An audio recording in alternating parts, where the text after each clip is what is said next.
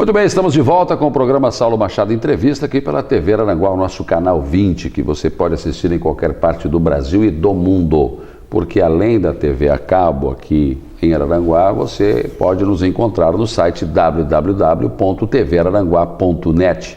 E aí você pode acompanhar a nossa programação ao vivo ou assistir os demais programas que já foram gravados e que estão na nossa grade de programação. Fique à vontade, recomende para os seus amigos que estão fora da cidade, da região e também fora do Brasil. Temos muitos araranguaenses espalhados por todo o mundo, né?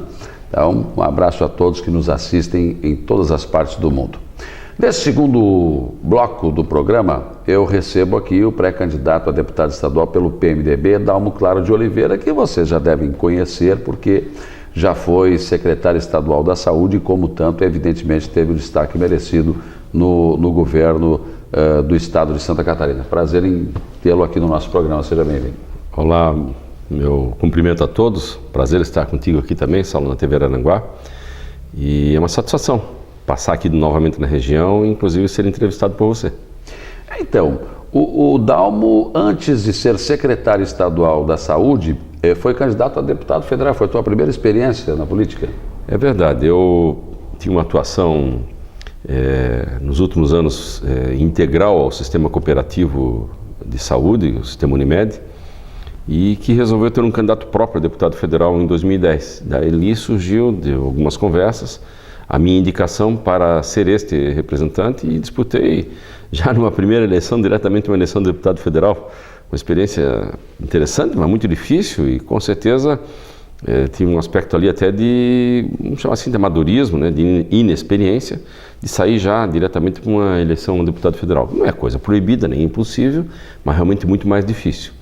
Mas, para uma primeira eleição, sem essa exposição anterior de eleição anterior ou de cargo público, fiz 48 mil votos em números redondos. Acho que foi uma experiência até bem sucedida. Aliás, porque nessa época você tinha também o Mauro Mariani como concorrente direto lá de Joinville, da sua cidade. No meu partido, PMDB, na minha cidade de Joinville, tinha o Mauro Mariani, que é um campeão de votos, né? O Mauro Mariani fez, em 2010, 186 mil votos a deputado federal, a maior votação já alcançada por um deputado federal aqui em Santa Catarina. E eu disputei com ele ali, dentro do partido, é claro, com outros candidatos também, né? Então, ainda considerando isso tudo, só me deixa hoje um pouco mais ainda satisfeito com o resultado que nós obtivemos naquela ocasião. Agora, você é um homem, né, com a vida estabilizada, tranquilo, absolutamente tranquilo, e foi secretário estadual da Saúde, conhece profundamente essa questão saúde, Unimed, enfim, cooperativa. Por que você quer ser agora deputado estadual? Você quer atuar exatamente nessa área da saúde, na política, melhorar essa política, não? Saulo, na verdade, eu tenho 35 anos de vida profissional médica, formado em medicina, né? Uma atuação durante quase 20 anos em gestão de empresas de saúde, até de grande porte, e depois uma experiência política em 2010, que junto com a minha atividade médica, aquela experiência me sensibilizou muito para os problemas da nossa população no aspecto da saúde e de saúde pública, que me motivou inclusive a aceitar o grande e difícil desafio de ser secretário de Estado da Saúde aqui em Santa Catarina.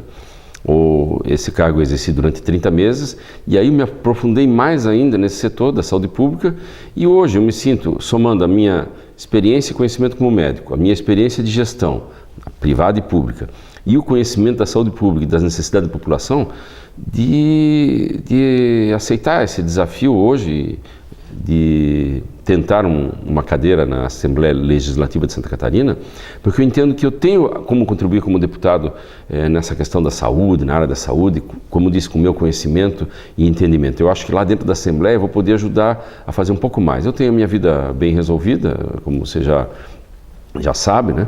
E sob o aspecto assim de econômico, meus filhos já encaminhados, e eu acho que é um momento que eu posso dedicar esse meu tempo, conhecimento, experiência em favor da saúde pública da população, que ainda tem muitos problemas a resolver, muito já foi feito, mas tem muito ainda a se fazer para que a gente possa, talvez daqui a alguns anos, ter uma situação mais confortável para a nossa população sobre esse aspecto.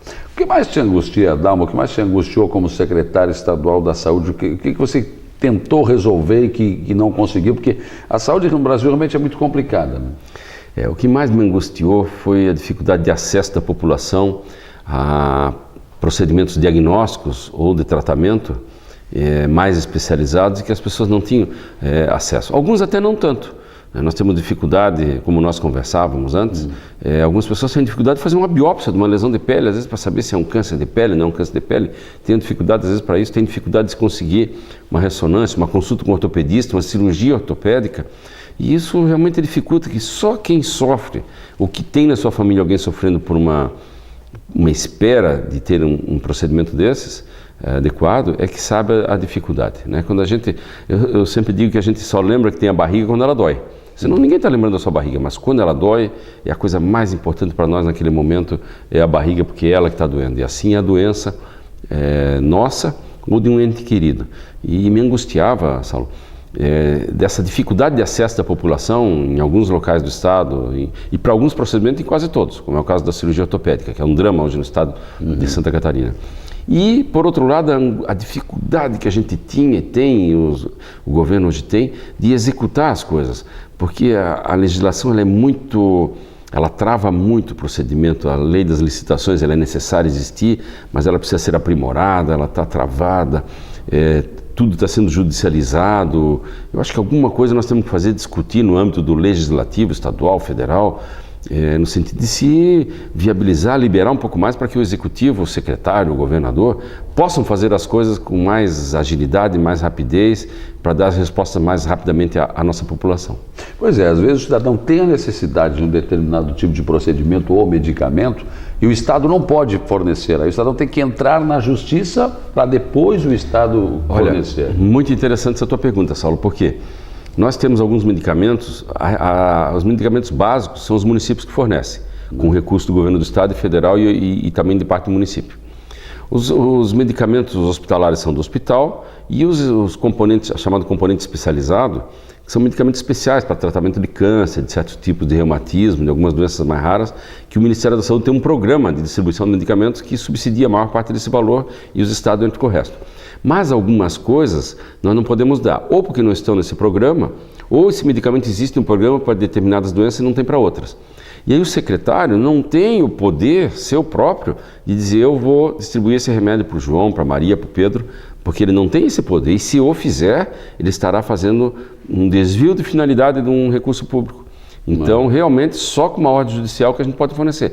Muitas vezes o cidadão ou alguns agentes políticos pensam que não, secretário, vamos dar o remédio tal para o paciente tal, fulano está com câncer, precisa desse tratamento. Não, ele tem que cumprir com um ritual, um processo administrativo para ser aprovado e receber o medicamento. E se não o receber, só o fará com uma medida judicial. O que é um perfeito absurdo, né? O Estado pode fornecer, mas não pode, mas não pode, na verdade. Porque daí fica essa coisa da legislação, da responsabilidade fiscal, a questão do desvio da finalidade, ou sempre aquele fantasma que assombra todo mundo, que é aquele medo do povo, da população, e, enfim, das instituições, de que o agente político vai fazer uma distribuição disso ou daquilo por uma motivação político-eleitoral, que não é verdade, né? Você quer fazer o bem para a população, na área da saúde principalmente.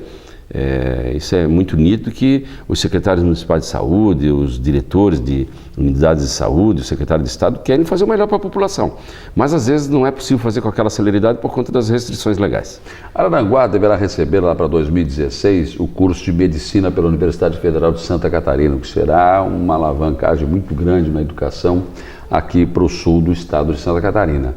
Como é que o Dalmo vê como médico esse programa do governo federal, trazendo médicos de fora do país, principalmente os cubanos? Olha, eu vejo sobre os dois aspectos, como médico e população e como gestor que eu fui da área da saúde. Por um lado, como médico, nós fazemos, a categoria médica faz sérias restrições à formação desses profissionais que vêm de fora. Por exemplo, eu tenho notícias, eu não tenho certeza disso, mas tenho notícias de que o curso de medicina de Cuba, para formar os médicos de família, ele tem teria uma duração menor do que o nosso aqui no Brasil, com uma grade curricular menos complexa do que aquela daqui do Brasil, que já tem suas deficiências, nós sabemos. Então isso preocupa um pouquinho, porque a população que está na mão do médico achando que ele está com toda a qualificação. Eu não sei dizer se tem mais ou tem menos. Segundo, são pessoas que vêm para cá por um tempo, para ficar por um tempo e vão embora. Quer dizer, qual é o compromisso que eles têm com a sua região, com a população que está atendendo?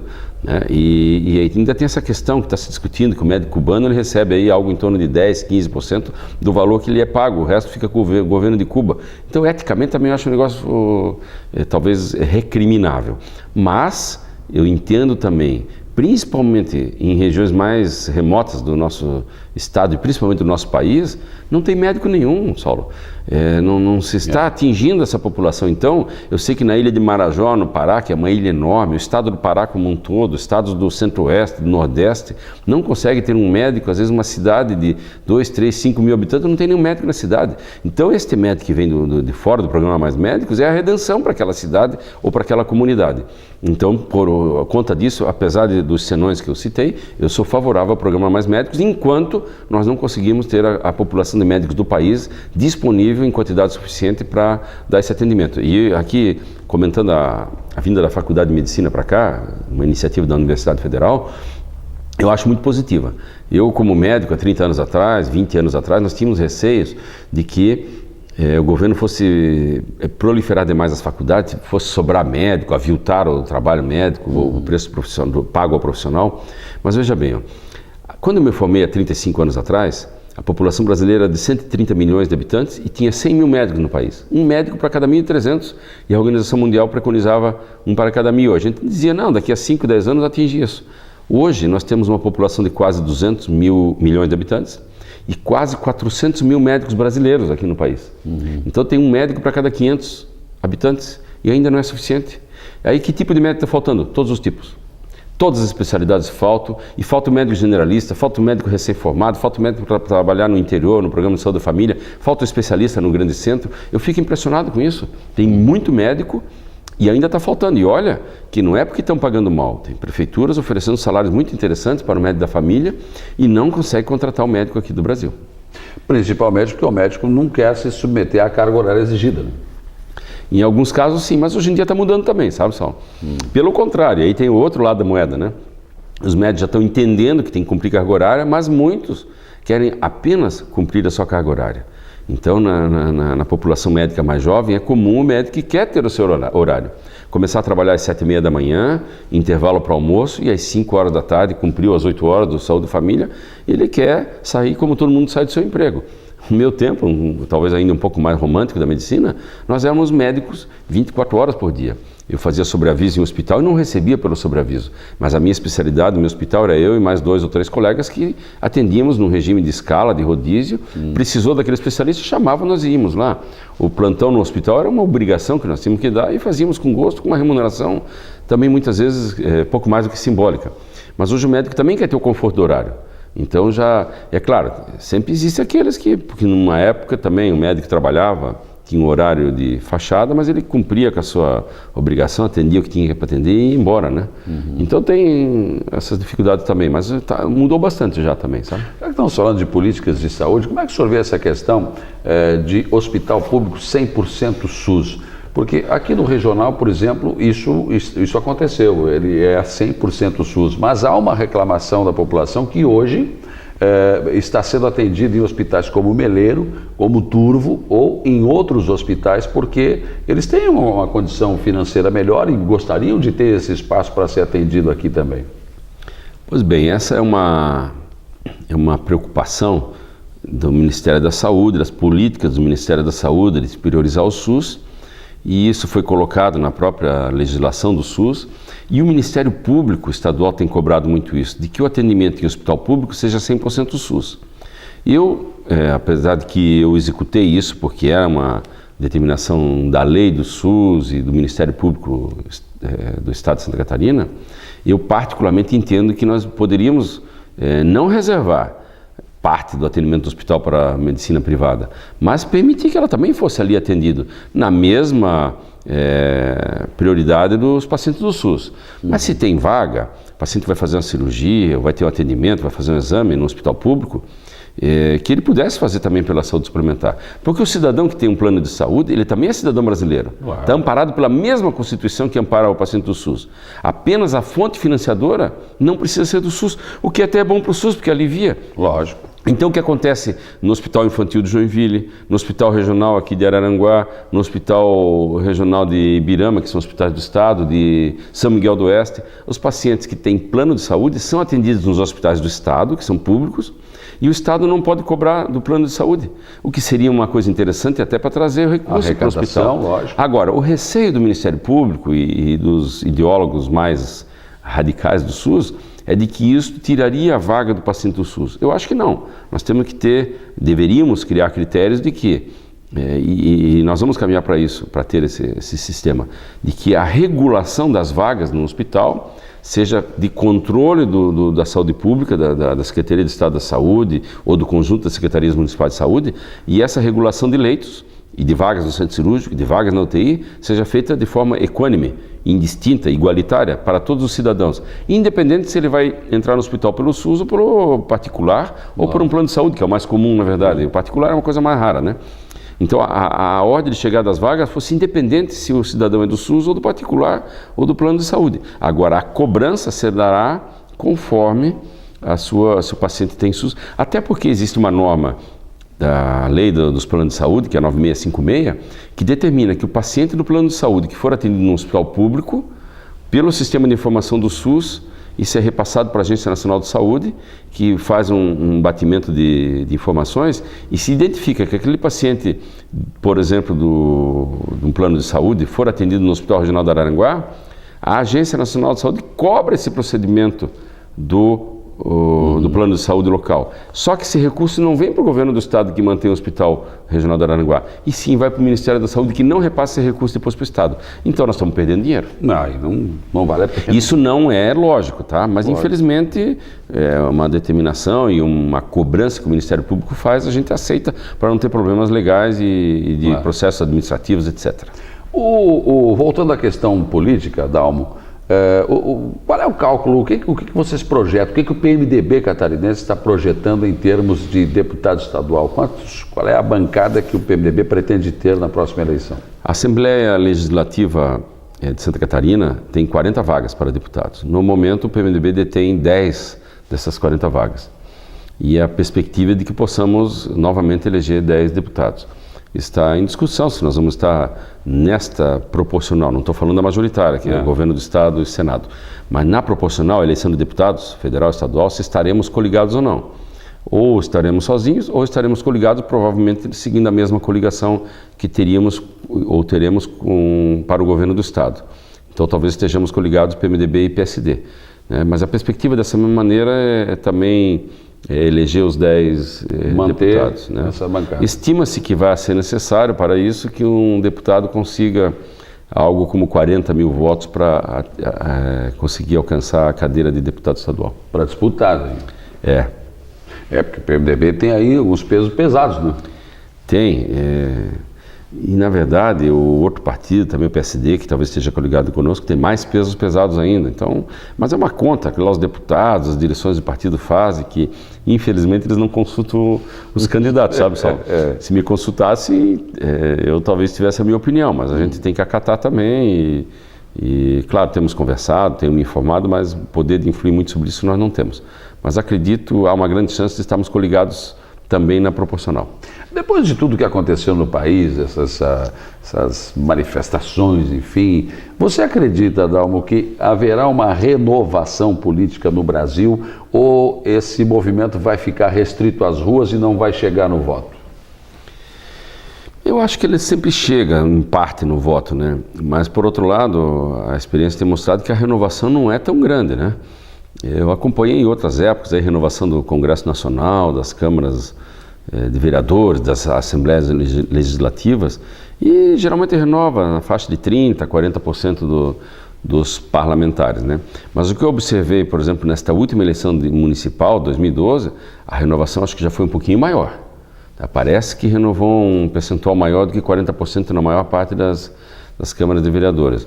Eu acredito que para o Congresso Nacional, aqui de Santa Catarina, eu acho difícil que a renovação seja maior do que 1/3. A tendência é 2/3 se reelejam. E eu acho que na Assembleia Legislativa será da mesma forma, algo como 2/3 se reelegendo e 25% a 30%, 35% renovando. Porque acho que essa é a grande questão, o grande questionamento do momento, né? Se essa insatisfação em tese, né, revelada nas ruas chegar às urnas, daí ninguém sabe, não dá nem para mensurar o que pode acontecer. Digamos, o que se questiona é se ela vai chegar mesmo ou não. É verdade, você tem razão. E o que a gente percebe é que, à medida que se anda na rua, eu tenho andado muito, tenho conversado com muita gente, há sim um espírito, assim, na cabeça das pessoas, uma vontade de mudança, de renovação, de questionamento do que aí está, né? E como nós teremos agora aqui a Copa e uma chance de alguns protestos, alguns movimentos, e respaldados ou até reforçados, estimulados pelas próprias redes sociais, que é um movimento novo, que é muito forte, né? Essa propagação de... Então, acredito que possa ter uma renovação, pode ocorrer uma renovação maior. Por outro lado, quando se olha o quadro eleitoral, a força que os atuais detentores de mandato têm de manter seus mandatos, aí que a gente fica um pouco mais reticente em relação a isso.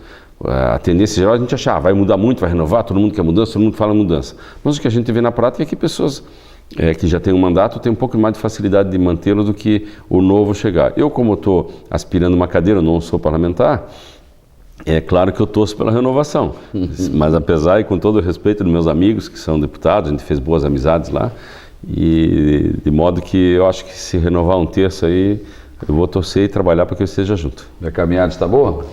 Eu acho que está muito boa, ainda é não é campanha ainda, nós não podemos nos declarar candidatos, então é uma fase de conhecimento, de viagens. Ninguém se elege com os votos só da sociedade da sua região. Os candidatos daqui buscam apoios fora, por relações de amizade, por realizações feitas anteriormente. Enfim, o mecanismo de voto até tem esse aspecto da renovação, que as pessoas querem mudar, mas o mecanismo de formação, da tomada de decisão do voto, ele é muito complexo. Obedece a uma série de coisas, indicações de amigo, do parente, pedidos, gratidão, reconhecimento, compromissos assumidos, desejo de renovação. Tudo isso são sentimentos que vão estar aí, entrar num caldeirão, dali vai sair a decisão daquele voto e a gente vai estar lá ansioso esperando para ver o que cai na urna e o que nós depois conseguimos ver que é nosso e o que não é, né? Tá certo. Então, foi um prazer te rever e te receber aqui no Canal 20, viu?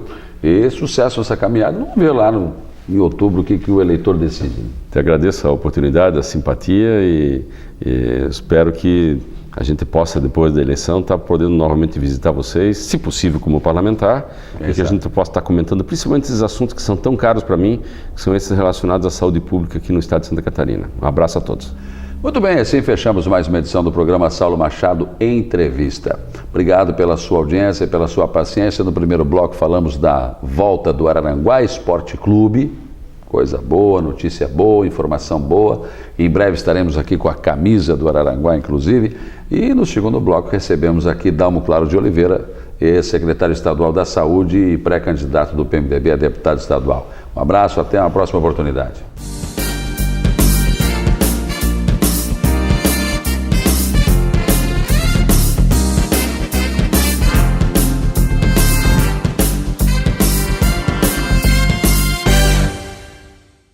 Há 58 anos, a União faz parte da nossa história, transportando nossas vidas. Com atuação em Santa Catarina e Rio Grande do Sul, a empresa União oferece o que há de mais moderno e confortável para suas viagens a negócios ou a passeio. Além disso, conta com um serviço especializado de encomendas e tem o veículo certo para sua viagem de excursão, garantindo comodidade, qualidade e diversão a bordo. A negócios ou a passeio, viaje tranquilo. Vá pela União.